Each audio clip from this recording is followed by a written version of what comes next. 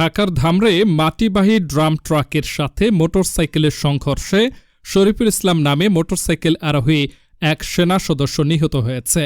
মঙ্গলবার সন্ধ্যায় ধামরাইয়ের সদর ইউনিয়নের ডেমরান এলাকায় এই দুর্ঘটনা ঘটে। নিহত স্বজন ও পুলিশ জানায়, সন্ধ্যার দিকে ওই সেনা সদস্য নিজ বাড়ি থেকে মোটরসাইকেল যোগে ডেমরান এলাকায় একটি এতিমখানায় ইফতার দিতে যাবার পথে বিপরীত দিক থেকে আসা একটি মাটিবাহী ট্রাকের সাথে মোটরসাইকেলটি সংঘর্ষ হয়।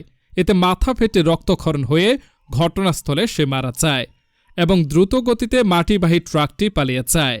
পরবর্তীতে খবর পেয়ে ধামরাই থানা পুলিশ ঘটনাস্থলে পৌঁছে নিহতের সুরতহাল প্রতিবেদন তৈরি করে।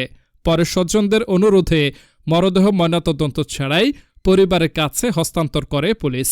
পালিয়ে যাওয়া ট্রাক জব্দসহ চালককে আটকের চেষ্টা চালানো হচ্ছে বলে জানিয়েছে পুলিশ। নিহত সেনা সদস্য শরীফুল ইসলাম ধামরাই সদর ইউনিয়নের কাকরাইনে হালুয়া পাড়ার মোশাররফ হোসেনের ছেলে। সে রাঙ্গামাটিতে সৈনিক পদে কর্মরত ছিল।